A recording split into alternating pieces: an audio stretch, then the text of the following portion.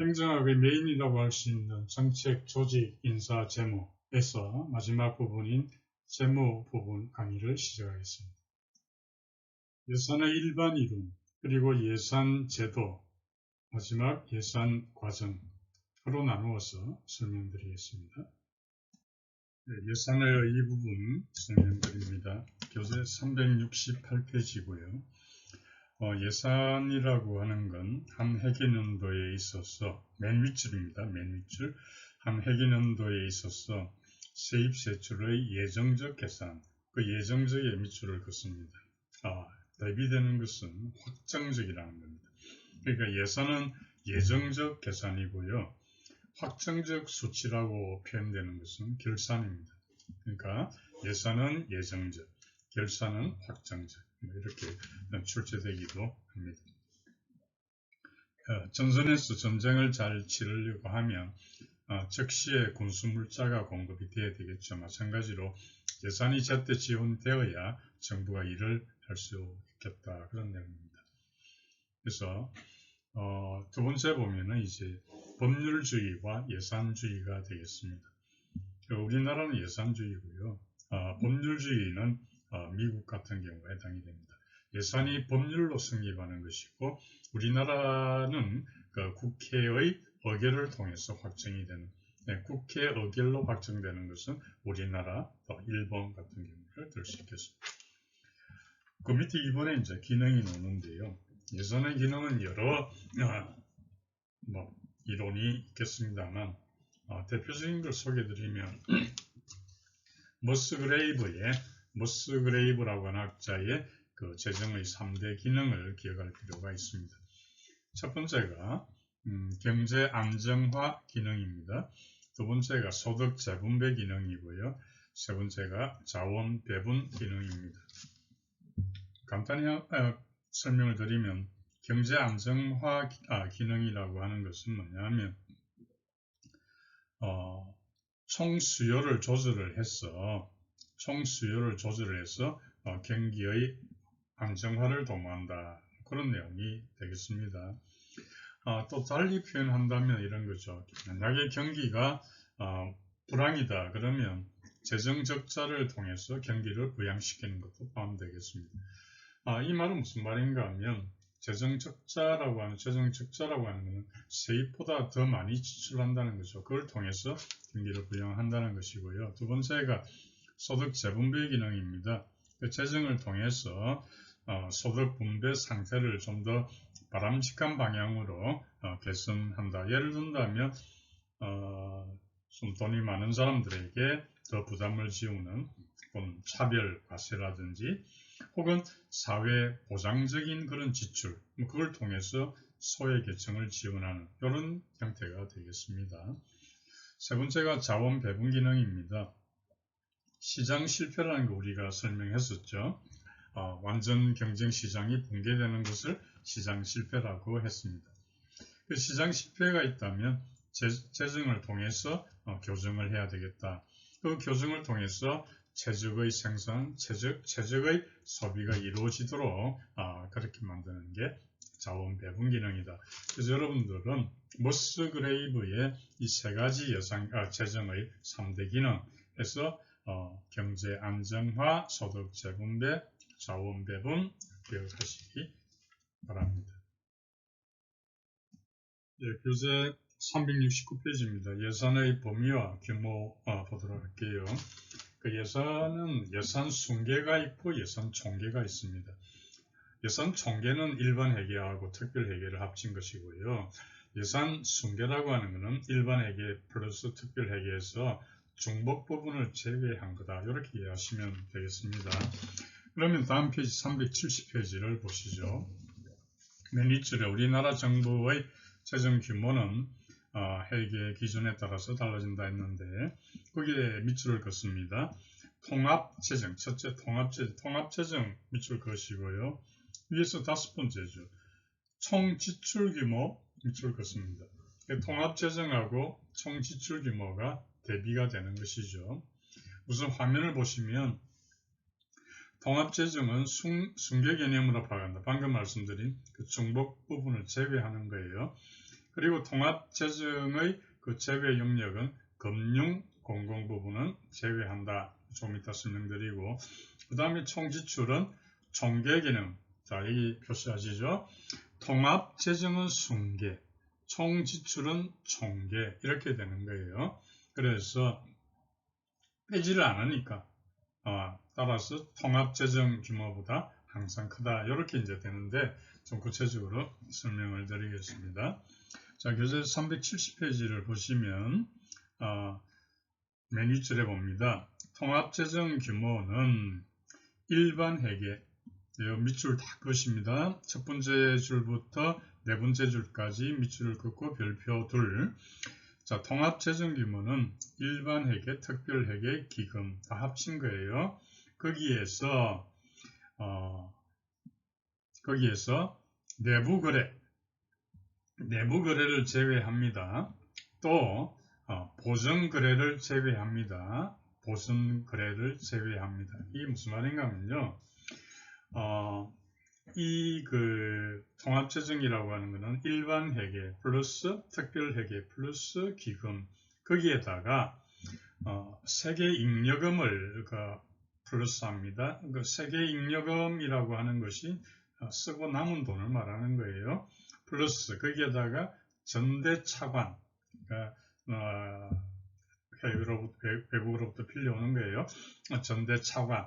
요걸 다 합쳐서 이제 다루게 되는데 여기에서 제외하는 게 두 가지가 있다. 하나는 내부 거래. 내부 거래라고 하는 것은 회계에 보면 여러 계정이 있잖아요. 그 계정 간의 거래를 내부 거래인데 그거는 제외해야 되겠죠. 중복이 되니까.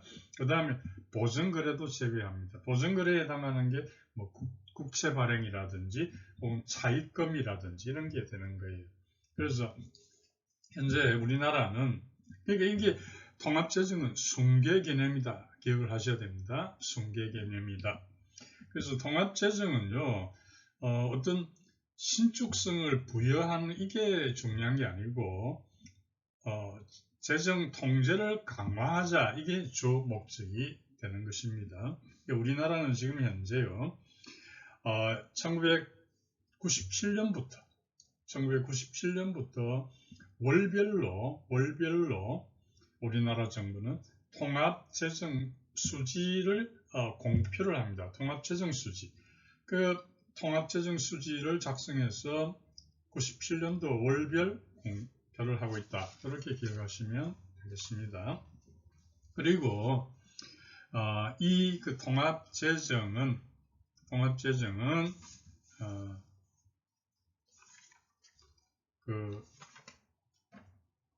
통합재정은 총지출하고 대비가 되는데요. 총지출이라고 하는 것은 총계 개념이 됩니다. 총지출 규모 위에서 다섯 번째 줄 둘째 총지출 규모 총계 개념 총계 표시하면 동그라미 씌입니다.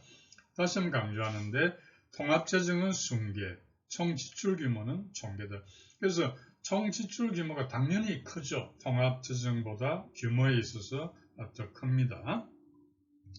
그래서 이 총지출 규모를 보시면 따라서 통합재정 규모보다는 항상 크다. 그래서 총지출 규모는 경상지출 플러스 자본지출 플러스 융자지출 이렇게 됩니다. 여기에 비해서요, 통합재정은 여기에 경상지출 플러스 자본지출 플러스 순융자로 됩니다. 순융자. 자, 여러분 교재 370페이지 위에서 네 번째 줄 보시죠. 경상지출 플러스 자본지출 플러스 순융자 돼 있잖아요. 여섯 번째 줄에는 뭐예요? 총지출 규모는 경상지출 플러스 자본지출 플러스 융자지출 돼 있잖아요. 요 차이가 있는 거예요. 요걸 기억을 하셔야 되고요.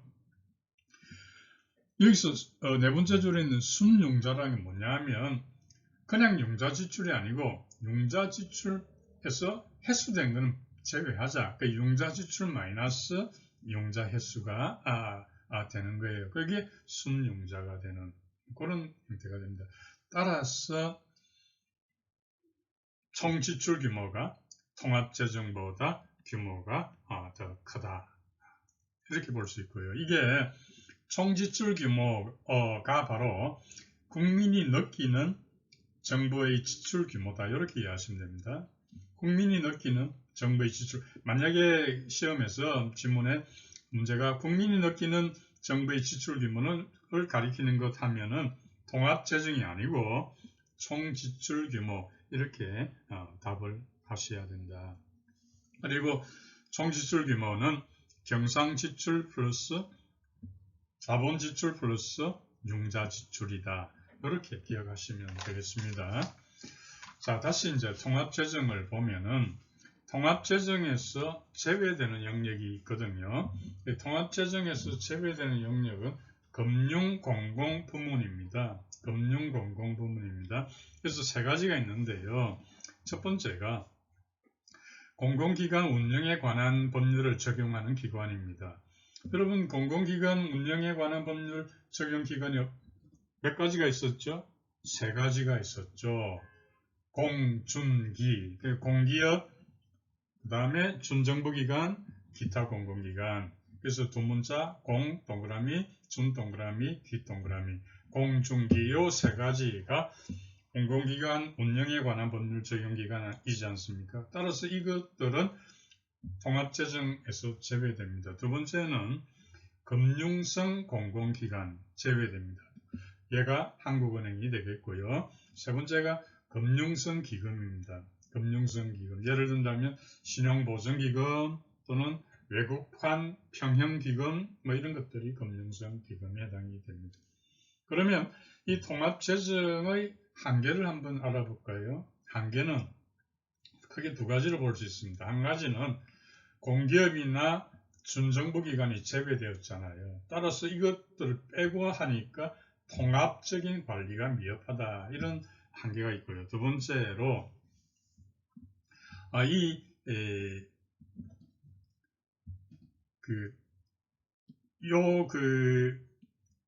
통합재정의 한계, 두 번째는 융자지출입니다. 융자지출을 볼 때 이 융자지출이라는 건 빌려준 돈을 말하거든요. 그러면 빌려주었지만 회수되는 시점에서는 어때요? 흑자가 되지 않습니까? 예를 든다면 내가 100만 원을 줬다 했을 때 나중에 110만 원을 받을 수 있는 거니까요. 그럼 흑자가 될 수 있는데 여전히 적자로 파악합니다. 적자로 파악. 그래서 이것은 이렇게 하면은 재정 건전성을 판단하는데 저해 요소가 된다. 이런 한계를 가지고 있습니다. 그래서 좀 길게 설명을 드렸는데요. 한번 정리해서 이야기하면 우리가 예산을 총계라고 할 때는 일반 회계 플러스 특별회계입니다. 그런데 순계라고 할 때는 일반 회계 플러스 특별회계에서 마이너스 내부 거래를 해야 된다.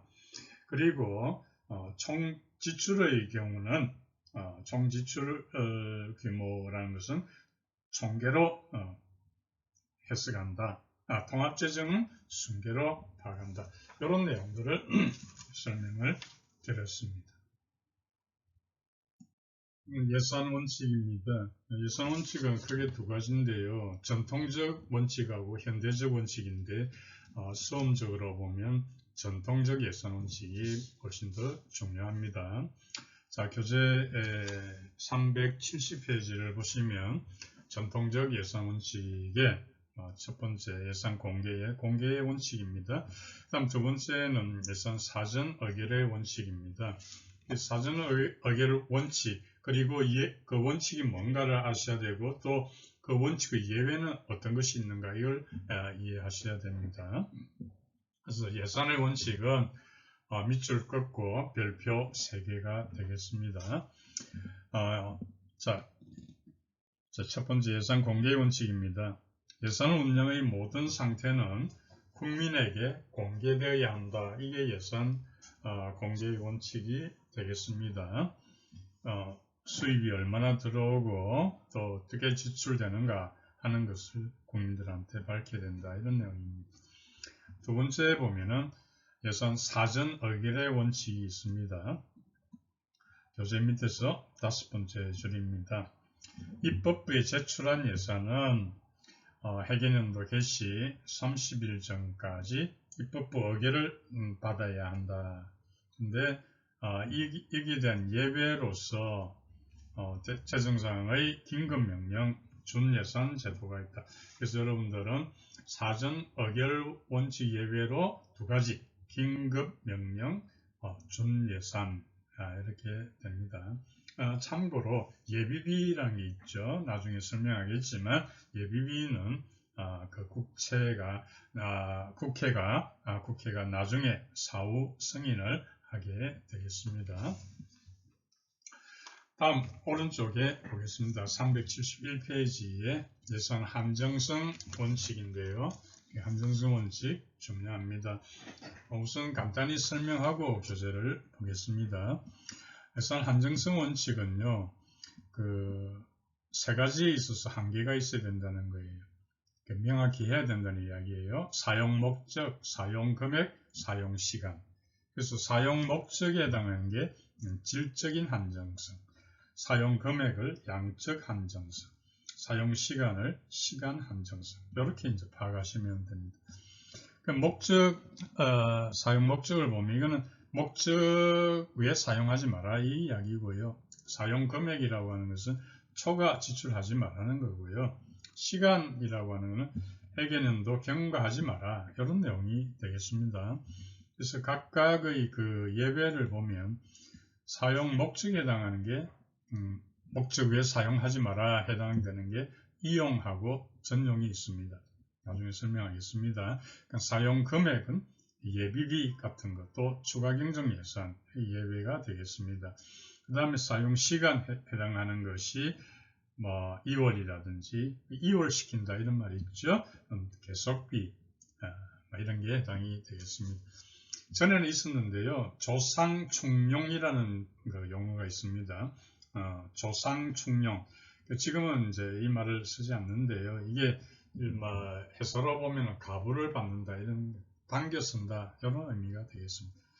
간단히 설명드렸는데 이제 교재를 보면서 살펴보겠습니다.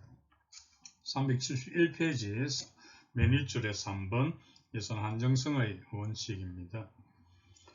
그 예산의 각 항목은 경계를 지니고 있어서 첫 번째 각 항목 간의 융통 금지 이게 이제 목적 외에 사용하지 말라는 거고요. 두 번째 계상된 금액 이상 지출 금지 초과 지출하지 말라는 양적인 그런 원칙이 되겠습니다. 한정성 원칙이 되겠습니다. 세 번째가 정해진 해계년도 내에 지출 해계년도를 지나가지 마라, 경과하지 마라 이렇게 됩니다. 그래서 국가재정법에서도 이제 규정을 하고 있습니다. 그러나 예산의 이용과 전용 그래서 이거는 목적 외에 사용하지 마라. 그리고 예산의 2월 계속비, 관행도 수입 이런 걸 허용한다. 예산 해계년도 경과 금지 여기에 예외가 되겠습니다. 또 초과 예외는 이제 아까 말씀드린 대로 예비비 그리고 추가 경정 예산 이렇게 기억하시면 되겠습니다. 그래서 종합적으로 볼 때 예산 한정성의 원칙이라고 하는 것은 예산의 집행 과정에 있어서 통제 기능을 가장 잘 반영한 원칙이다. 통제 기능을 가장 잘 반영한 원칙이 예산 한정성의 원칙이다. 이렇게 이해하시면 되겠습니다. 세 번째 원칙입니다. 통일성의 원칙입니다. 통일성 원칙은 모든 세입은 국고로 모아진 후에 세출을 하라 이런 내용이 되겠습니다. 자, 교재를 보면 4. 예산 통일의 원칙, 통일성의 원칙입니다. 특정 수입으로 특정 지출하지 마라. 모든 수입은 국고에 편입되어서 거기서 지출되어야 한다. 이게 이제 통일성 원칙인데 비영향의 원칙이라고도 한다. 이거 기억하시고요. 이걸 여러분 쉽게 이해하려면 통일성 원칙이란 용도를 정하지 마라. 이렇게 연결하면 됩니다. 용도를 정하지 마라. 용도를 정하지 말고 일단 국고에 다 편입을 하라. 이런 내용이 되는 것이죠. 그래서 이것은 예외가 어떤 게 있는가 하면 특별회계가 있습니다. 그리고 기금이 있습니다. 특별회계라는 게 뭡니까? 특정한 목적을 위해서 세입과 세출을 별도로 관리하는 것이지 않습니까? 그러니까 이게 예외가 되는 거죠. 또 기금이 있습니다. 기금은 특정 사업을 위해서 보유하는 자금을 말하는 거예요. 그래서 예외가 되겠고. 다음에 목적세가. 목적세는 그 특정한 목적, 그 특정 경비에 충당하는 거니까 예외가 되고. 그 다음에 예외에 해당하는 것이 수입 대체 경비가 됩니다. 수입 대체 경비는 하나 여권 발급하는 요걸 생각하시면 되는데요. 만약에 정부가 어떤 용도를 제공해 가지고 수입이 발생한다. 등기부 등본 발행 경비라든지 외교부에서 어떤 여권 발급에서의 경비, 이런 수입 대체 경비는 수입이 예산을 초과할 것이 예상이 될 때는 그 초과 수입에 직접 관련되는 경비에 지출할 수가 있다. 수입 대체 경비, 여권 발급, 등기부 등본 발행 경비, 이런 걸 생각하시면 되겠습니다. 그래서 여러 통일성 원칙의 예외 잘 기억하시고요. 자, 5번째로 단일성의 원칙입니다. 단일성의 원칙은 단일 예산으로 편성해야 된다. 그 말을 바꿔 말하면 장부는 하나라야 한다. 회계장부가 하나라야 한다. 이게 단일성의 원칙이 되겠습니다. 왜냐하면 복수의 예산이 있으면 복잡하지 않습니까? 그 복잡하니까 입법부가 통제하기가 더 어려워지고 국민의 대표인 입법부가 통제하기 어렵지 않습니까? 그래서 이 단일성의 원칙을 강조하는데 예외로서 예외는 특별회계입니다. 그 다음에 기금이 있습니다. 또 추가 경정예산, 이런 것들이 예외가 되겠습니다. 다음 5번째 이제 완전성의 원칙입니다. 완전성의 원칙을 죄송합니다. 예산 총계주의 원칙이라고도 합니다. 예산 총계주의 원칙이라고.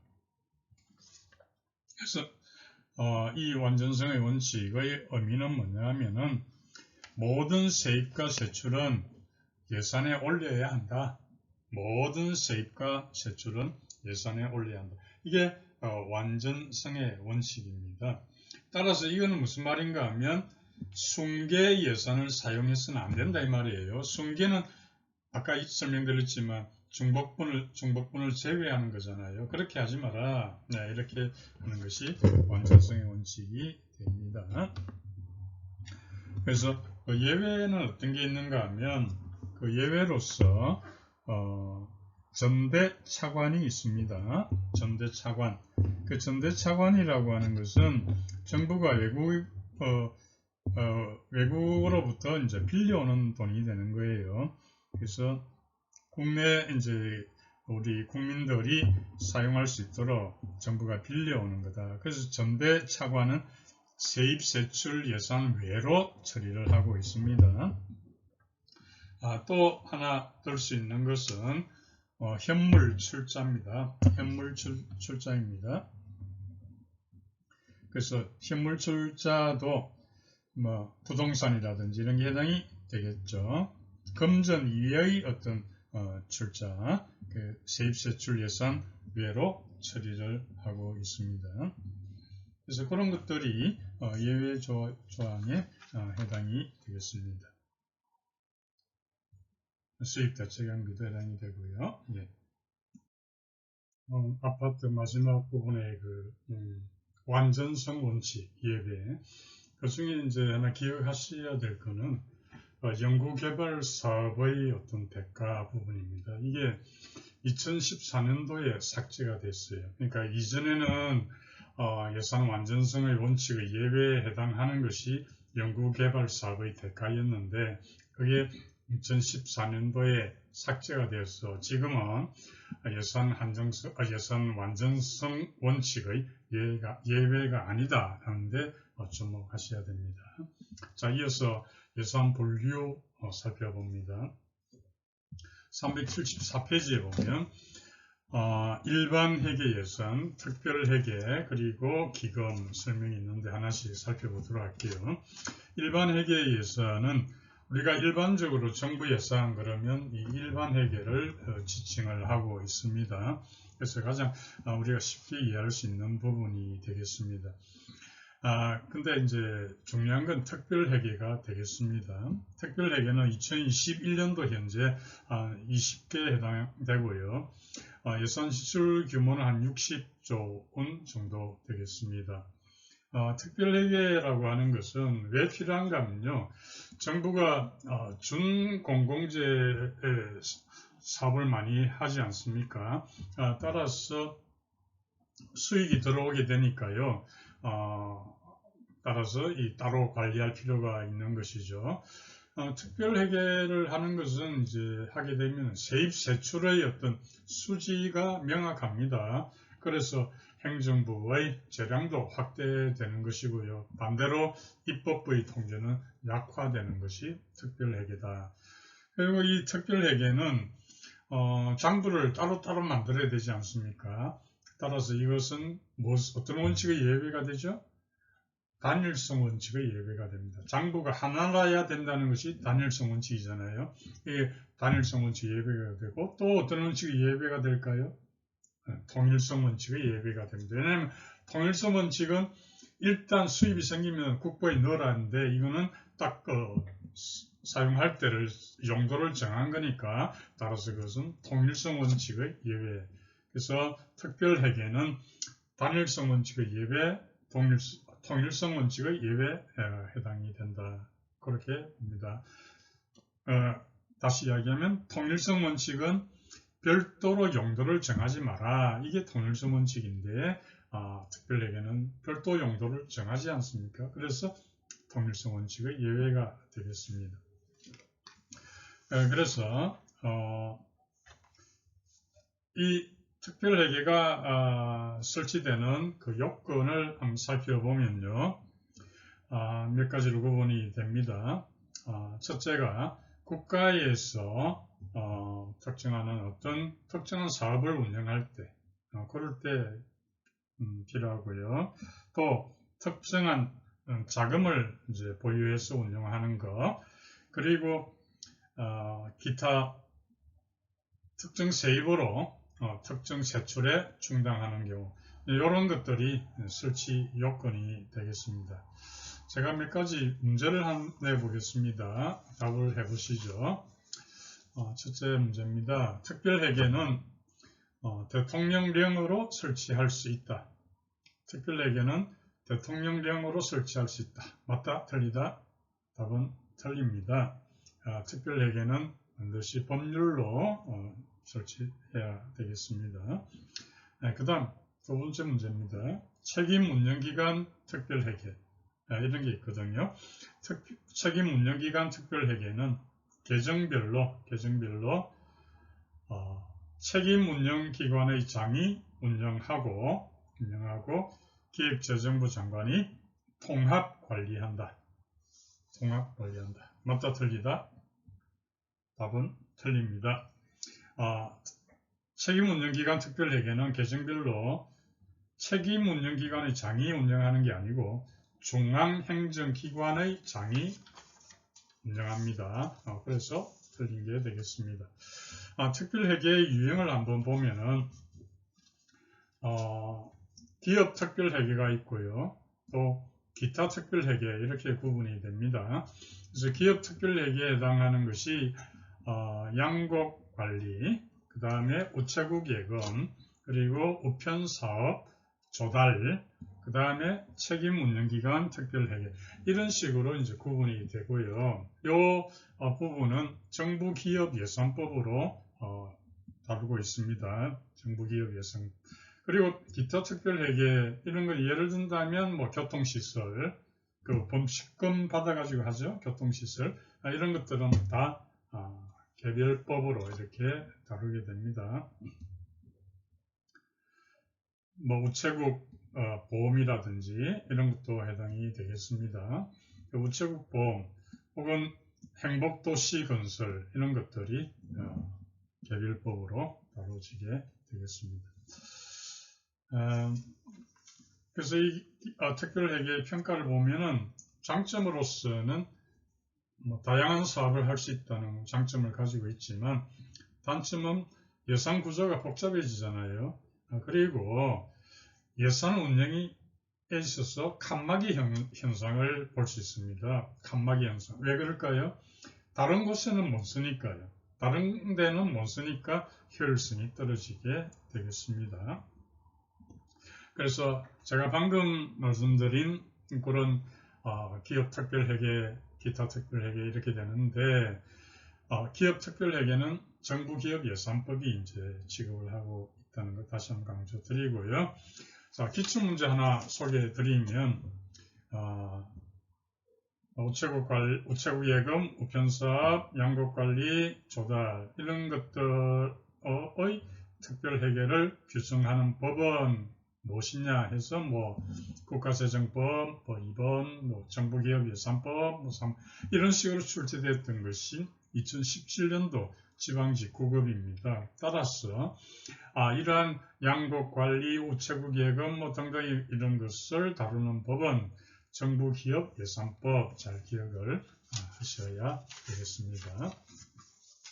다음으로 이제 기금을 일반 회계와 특별회계의 어떤 비교를 하고 기금으로 넘어가도록 하겠습니다. 375페이지 보면은 중간 정도의 3번 일반 회계와 특별회계의 비교가 있습니다. 제가 읽어보겠습니다. 일반 회계에서는 영구적, 특별회계는 임시적.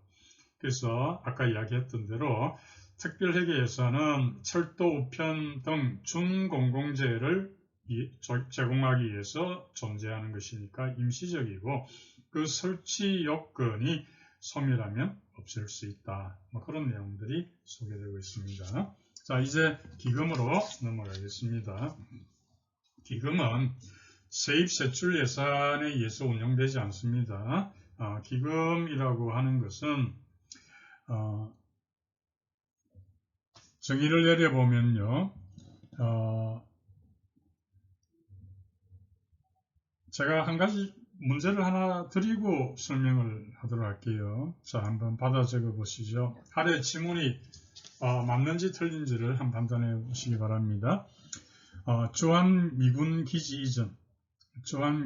이전도 행복도시 건설, 행정중심 복합도시, 행복도시 건설 등 기존의 일반 회계에서 처리하기 곤란한 대규모 국책 사업을 위해서 운영되는 것은 기금이다. 그래서 틀렸습니까? 맞습니까? 이런 출제가 되죠. 그래서 기금이 아니다. 틀렸습니다. 방금 말씀드린 것은 특별회계를 설명하는 내용이 되겠습니다. 그래서 여러분들은 기금하고 특별회계를 분명히 구별을 하셔야 되는데 어떻게 구분하는가 하면 기금은요. 신축적으로 지금 제가 말씀드린 건 별표 3개 하시고 정리하세요. 기금은 신축적으로라는 용어가 들어갑니다. 특별회계는 신축적으로는 말이 없어요. 자, 정리를 해보면 기금은요. 국가가 특정한 목적을 위하여 특정한 자금을 신축적으로 운영할 필요가 있을 때 설치하는 게 기금이고요. 특별회계는 신축적으로라는 말이 없어요. 국가가 특정한 사업을 운영하거나 특정한 자금을 운영하거나 특정한 세입으로 특정한 세출에 충당할 필요가 있을 때 설치한다. 그래서 기금은 신축적으로 들어있고 특별회계는 없다. 그 지문이 만약에 나오면 그 신축적으로라는 게 들어있는가 없는가를 판단하시면 되겠습니다. 자, 그 다음 페이지를 넘기면 기금에서 중요한 것이 기금 운용 계획이라는 게 있습니다. 네, 그것도 하셔야 되는데, 기금 운용 계획안을 회계연도 개시 가로 1 전까지 국회에 제출해야 된다. 국회는 며칠 전까지 의결해야 된다. 자, 요 내용은 기금 운용 계획안을 회계연도 개시 120일 전까지입니다. 국회에 제출해야 되고, 국회는 30일 전까지 의결해야 되는데, 이 기금 운용 계획에서 중요한 게 뭐냐면 별표 3개 하시죠. 기금은 주요 항목 지출 금액 밑줄 그으시죠. 주요 항목 지출 금액. 그래서 주요 항목 지출 금액의 20%를 초과할 때 국회 의결이 필요하다. 근데 이게요, 20% 초과거든요. 근데 이게 어떻게든 2011년도 서울특별시 구급시험에 이게 이상으로 출제됐습니다. 20% 이상으로 출제된 거예요. 이게 출제가 잘못된 거예요. 그래서 이걸 해당된다 맞다 이렇게 했는데 아니고요. 20% 초과입니다. 20% 초과. 그래서 요 20% 초과는 비금융성 기금을 이야기합니다. 비금융성 기금. 그러면 무슨 말인가 하면 금융성 기금은 30% 초과입니다. 30% 초과일 때 국회 의결이 필요하다. 정리되시죠? 비금융성은 20% 초과, 금융성은 30% 초과될 때, 초과 변경이 될 때 국회 의결이 필요하고, 밑으로는 대통령령으로 변경할 수가 있다. 이해되시죠? 기억을 하셔야 되겠습니다. 별표 3개 하셔야 되겠습니다. 자, 그래서 이 기금은 아까도 이야기했지만 통일성 원칙, 단일성 원칙의 예외가 된다. 설명드렸습니다. 앞장에서 기금 설명드렸는데 우리가 보통 말하는 연금 그러면 모두 다 이 기금에 해당이 됩니다. 그리고 기금은 세입 세출 예산하고 별도로 운영이 됩니다. 그러면 제가 질문 드리죠. 기금은 예산의 원칙 중에서 어떤 원칙들의 예외가 됩니까? 있는 대로 말씀하세요. 이렇게 하면 뭐가 됩니까? 첫 번째가 단일성 원칙의 예외가 되죠. 그렇죠? 두 번째가 통일성 원칙의 예외가 됩니다. 왜 그렇습니까? 통일성 원칙은 용도를 정하지 마라 이건데 용도가 정해지잖아요. 기금은. 따라서 통일성 원칙의 예외가 되죠. 또 뭐 원칙의 예외가 되죠? 완전성의 원칙이 되잖아요. 방금 이야기했죠. 세입세출 예산하고 별도로 운영된다. 즉 예산이 아니다 이 말이죠. 따라서 완전성 원칙의 예외. 그래서 기금은 단일성, 통일성, 완전성 원칙의 예외다. 이렇게 이해하시면 됩니다. 자, 이제 이어서 예산 분류에 대해서 봅니다. 예산 분류는 화면에 있듯이 성립 시기별로 분류가 되고요. 또 예산이 불성립할 때 분류가 되겠습니다. 먼저 성립 시기별로 보도록 하겠습니다. 교재 377페이지입니다. 본 예산은 국회 의결을 맨 밑줄입니다. 국회 의결을 얻어서 확정된 예산이다. 정기국회가 9월 1일 날 이제 개회가 되는데요. 그래서 본 예산이 맨 밑에 줄에 세 번째 줄에 회계연도 개시 위에서 세 번째 줄입니다. 120일 전까지 국회에 제출한다. 국가재정법상 그렇습니다. 국회는 회계연도 30일 전까지 의결을 하고요. 수정 예산입니다. 수정 예산은 이게 무슨 말인가 하면 정부가 이미 이제 예산안을 국회에 제출했어요. 근데 제출한 후에라도 수정 예산안을 제출할 수 있다 이 말입니다. 우리나라에서도 실제 그런 경험을 했었고요. 세 번째가 이제 추가 경정 예산입니다. 추가 경정 예산은 기억하셔야 될 게 결산에는 당연히 포함된다는 거예요. 왜냐하면 추가로 한 거지만 추가가 되고 난 뒤에는 본 예산하고 합쳐서 운영하거든요. 그렇기 때문에 당연히 당의 결산에 포함이 되는 것입니다.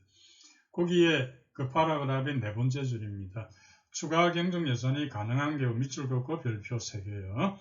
추가 추경이 가능한 경우는 3가지입니다. 첫째가 전쟁이나 재해, 대규모 재해. 두 번째 보시면 대량 실업, 등등이 발생했거나 발생할 우려, 아직 발생 안 했어요. 발생할 우려가 있는 경우도 해당이 됩니다. 그리고 법령에 따라서 국가가 지출해야 되는 이런 경우가 되겠습니다. 참고로 말씀드리는 것은 추경 예산안이 확정되기 전에는 미리 배정하거나 미리 집행할 수는 없습니다. 그것도 같이 기억하시기 바랍니다. 세 번째가 이제 예산이 불성립할 때의 종류가 되겠습니다. 그래서 여기서 이제 잠정 예산, 가예산, 준예산이 나오는데 하나씩 살펴봅니다. 잠정 예산입니다. 잠정 예산은 회계년도 개시 전까지 예산이 이제 국회에서 의결되지 못했을 경우에 잠정 예산이 됩니다. 그래서 이 우리나라에서 아직 채택한 적은 없습니다. 다음 페이지 넘깁니다. 가예산입니다. 가예산은 새로운 회계년도가 개시될 때까지 의결이 되지 못합니다. 그러면 1개월, 두 번째 줄 있죠? 1개월 기간이 주어지게 되겠습니다. 우리나라는 사용한 적이 있는데요. 1개월 기억하시면 되고요. 세 번째가 이제 준예산입니다. 준예산 밑줄 긋고 별표 2입니다. 출제가 빈번하게 되는데 그 이유가 뭔가 하면 준예산은요. 거기에 밑줄 긋습니다. 새로운 회계년도가 개시될 때까지 밑줄 그어주시죠. 우리가 그 국회는 예산 심의를 해서 이제 그 법정 시한이 30일 전까지 아닙니까? 그래서 실제 출제가 될 때 준예산은 회계년도 개시 30일 전까지 의결되지 못할 때 준예산 이런 식으로 출제가 되거든요. 아닙니다. 준예산은 30일 이런 게 아니고요. 새로운 회계년도가 개시될 때까지입니다. 착각하시면 안 됩니다. 이게 출제가 자주 됩니다. 그래서 준예산은 세 가지가 있죠. 첫째, 헌법이나 법률 설치 기간 운영. 두 번째, 지출 의무. 그 다음에 이미 승인된 사업 계속 경비. 이렇게 되겠습니다. 이제 네 번째로 갑니다. 조세 지출 예산 제도인데요. 이거는 제가 먼저 간단히 설명드리고 교재를 좀 보겠습니다. 조세 지출 예산 제도와 구별해야 될 게 조세 지출입니다. 조세 지출하고 조세 지출 예산 제도는 다른 거예요. 조세 지출을 먼저 정리하면은 이것은 정부가 받아야 될 세금이 있는데 그걸 받지 않고 간접적으로 지원해 주는 거예요. 그러니까 일종의 조세 감면이고 그것은 사실상의 보조금이라고 할 수 있죠.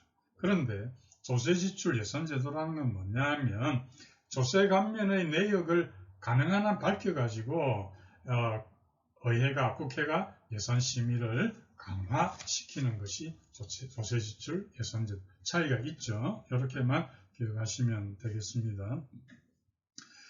그리고 참고로 하나 아셔야 될 거는 지출 통제 예산이 있습니다. 관련되어서 설명드리는데 지출 통제 예산이라고 하는 게 어떤 거다는 것만 아시면 됩니다. 이것은 항목별 그 구분을 없애고 총액으로 지출을 통제해서 그러면 집행부가 좀 재량을 가지겠죠. 그러니까 집행부에 재량을 주기 위한 예산이다. 이렇게 이해하시면 되겠습니다.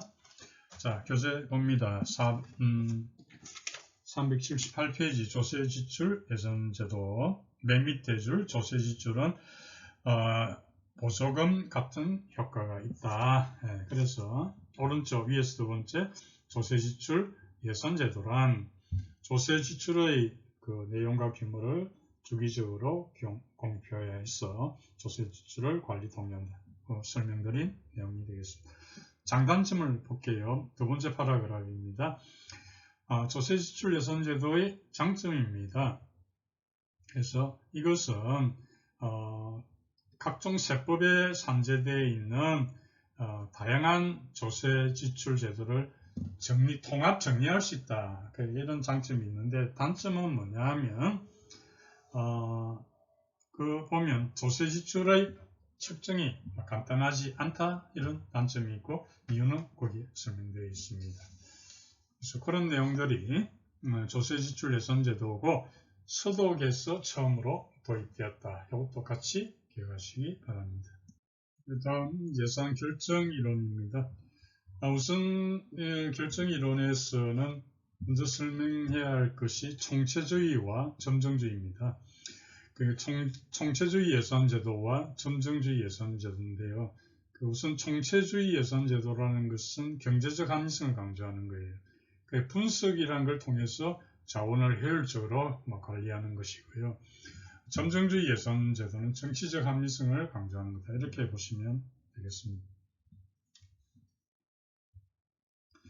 그래서 다수의 참여자들 간의 어떤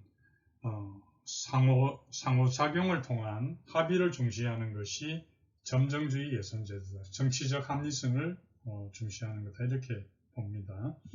그래서 총체주의가 합리주의라고 한다면 밑에 점정주의 예산제도가 점정주의다.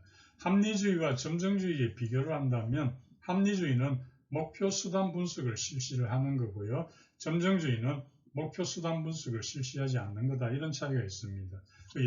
우리가 예산에서 보면 합리주의를 적용하는 예산이 나중에 설명할 PPBS와 ZBB입니다. PPBS가 계획예산제도고 ZBB가 연기준 예산인데요. 이런 게 해당이 되고요. 합리주의에서는 경제적 합리성을 강조합니다. 그러니까 점정주의에 해당하는 것이 점정주의는 목표 수단 분석을 실시하지 않는데요. LIBS, 즉 나중에 설명할 품목별 예산제도, PBS, 성과주의 예산 이런 게 해당이 되고요. 중시하는 것은 정치적 합리성이 되겠습니다. 그러면 제가 문제를 하나 먼저 푸시고 설명에 들어갈게요. 자, 한번 받아 적어보시죠. 2014년도 지방직 7급에 출제되었던 건데요. 예산상의 점정주의를 다음 중 예산상의 점정주의를 유발하는 요인이 아닌 것은 자, 네 가지 답을 하겠습니다. 1번 관계의 규칙성, 2번 외부적 요인의 영향, 결여, 3번 예산 통일 원칙의 예외, 4번 좁은 역할 범위를 지닌 참여자 간 협상. 시험 문제는 아닌데요. 점정주의를 유발하는 요인이 아닌 것 좀 골라보시죠.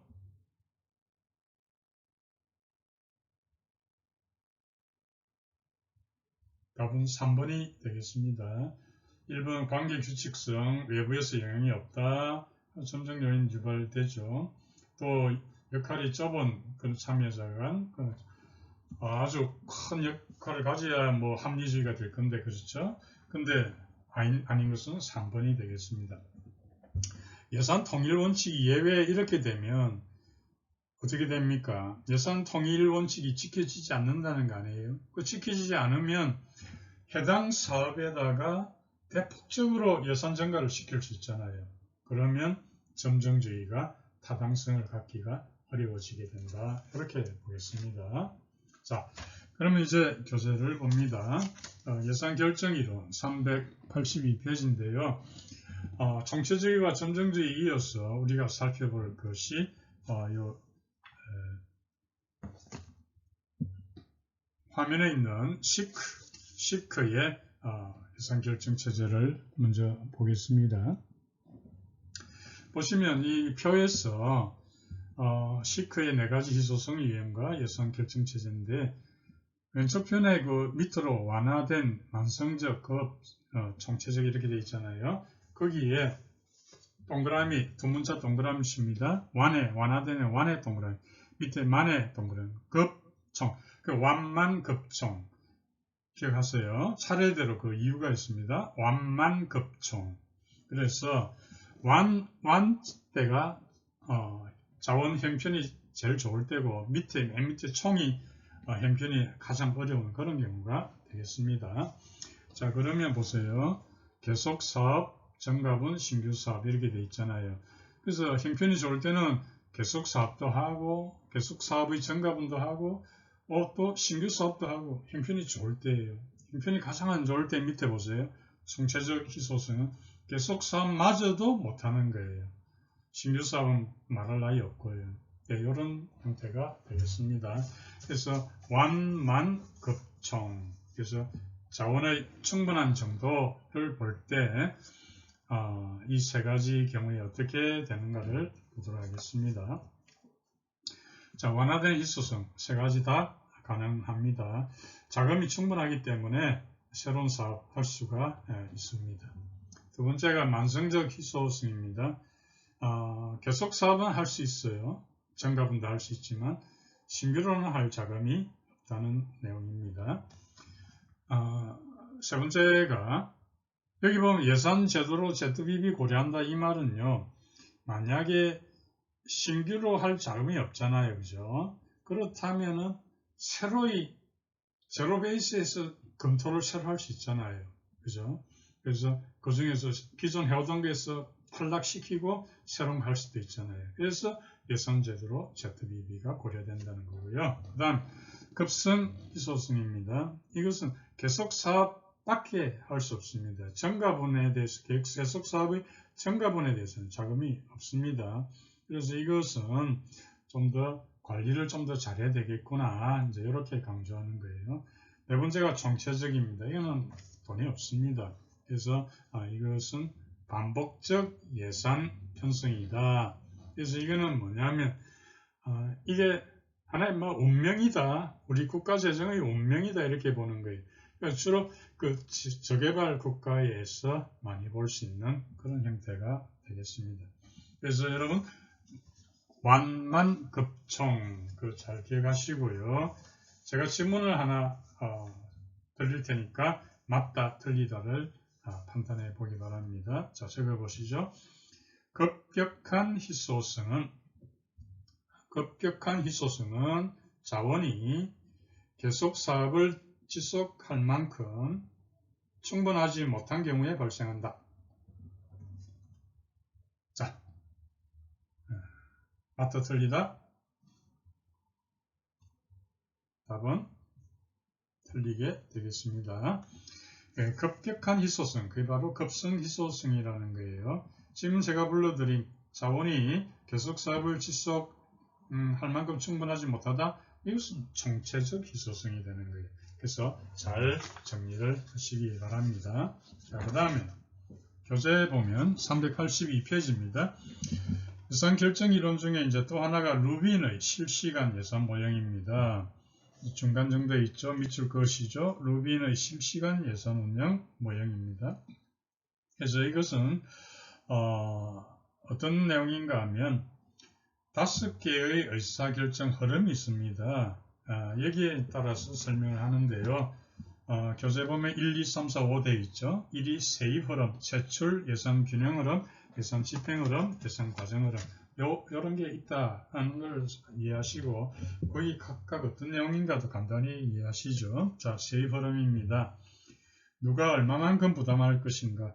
세금 내기를 원하는 사람은 없잖아요. 그죠? 그러니까 부담을 시키려면 설득을 시켜야 되겠죠. 세입 흐름에서는 설득의 정치, 밑줄 그으시고 설득의 정치. 두 번째 세출 흐름입니다. 이것은 세출을 하면은 이거는 내가 만약 그걸 받으면 좋은 거 아닙니까? 그럼 경쟁을 하게 되겠죠. 그럼 그 중에서 많은 경쟁자들 중에 누구를 선택을 해야 되지 않습니까? 여기는 선택의 정치가 됩니다. 세출 흐름은 선택의 정치. 그 다음에 3번의 예산 균형 흐름입니다. 이것은 제약 조건의 정치다. 이건 뭐냐 하면 예산 균형을 이루려면 세입과 세출이 같아야 되잖아요. 그런데 일을 열심히 더 하려고 하면 세입을 늘려야 되고 일을 좀 정부가 줄이려고 그러면 어떻습니까? 세출을 줄여야 되고죠. 그걸 결정해야 되는 거예요. 그래서 그 제약 조건의 정치다. 그래서 균형을 어떻게 정의하고 어떻게 달성할 것인가. 세입을 늘려서 정할 건가, 세출을 줄여서 할 건가, 이런 등등을 결정하는 거예요. 자, 네 번째가 예산 집행입니다. 그 예산 집행이라고 하는 것은 집행을 제대로 해야죠. 그러나 어쩌다 보면 집행에서 약간의 일탈이 있을 수도 있잖아요. 그럼 허용 범위를 어떻게 잡을 것인가, 그 책임성의 정치다 이렇게 보고요. 마지막 5번 예산 과정 흐름입니다. 이건 누가 예산을 결정하는가? 다시 말하면 예산 과정을 누가 주도하는가. 예를 들면 이런 거예요. 입법부가 주도할 건가? 행정부가 주도할 건가? 아니면 관료들이 주도할 건가? 시민들이 주도할 건가? 그 예산 과정을 누가 주도할 건가? 그래서 이 5가지 흐름이 그걸 설명하는 게 루빈의 실시간 모형이다. 잘 기억하시기 바랍니다. 그래서 루빈의 그 실시간 모형을 자, 화면에 보시면 1번의 세입 흐름 이해되시죠? 2번의 세출 흐름. 그래서 누구에게 배분할 것인가 이 선택의 정치고요. 참여자들은 지출의 우선순위가 재조정되기를 바라거나 현재의 우선순위 호소하려고 노력한다. 그렇게 되겠습니다. 자, 문제가 예산 균형 흐름입니다. 그래서 예산 균형을 어떻게 정의할 것인가 그 제약 조건의 정치고요. 균형의 결정은 정부의 역할 결정, 그래서 아까도 이야기했지만 세입을 늘릴 것인가 또는 세출을 줄일 것인가 이걸 결정해야 되는 거예요. 네 번째에 보면 예산 집행 흐름입니다. 계획된 대로 수행할 수 있는가 그 책임성의 정치다. 예산 계획에 따른 집행과 수정 및 일탈의 허용 범위가 되겠습니다. 5번째가 예산 과정 흐름입니다. 누가 예산을 결정하는가? 입법부가 할 건가? 행정부가 주도할 건가? 아니면 관료가 주도할 건가? 시민들한테 맡길 건가? 이런 등등이 되겠습니다. 예산의 의의, 예산의 분류, 또 예산 결정 이론 등에 대해서 설명드렸습니다.